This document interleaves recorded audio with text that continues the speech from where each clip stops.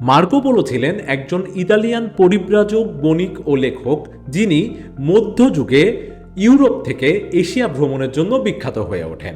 তিনি জন্মগ্রহণ করেন 1254 সালে ইতালির ভেনিস শহরে। মাত্র 17 বছর বয়সে তিনি তার বাবা এবং চাচার সঙ্গে দীর্ঘ ভ্রমণে বের হন এবং প্রায় 24 বছর ধরে তিনি এশিয়ার বিভিন্ন অঞ্চল, বিশেষ করে চীন ভ্রমণ করেন।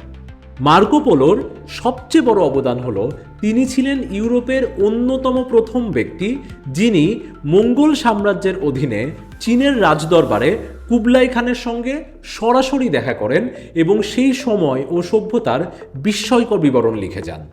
তার ভ্রমণ বৃত্তান্ত the travels of Marco polo বইয়ে প্রকাশিত হয়, যা এশিয়া নিয়ে ইউরোপের মানুষের কল্পনাকেও ছাড়িয়ে গিয়েছিল। অনেকেই সেই সময় তার গল্পকে রূপকথা ভেবেছিলেন, কিন্তু পরবর্তীকালে তার বাস্তবতা প্রমাণিত হয়।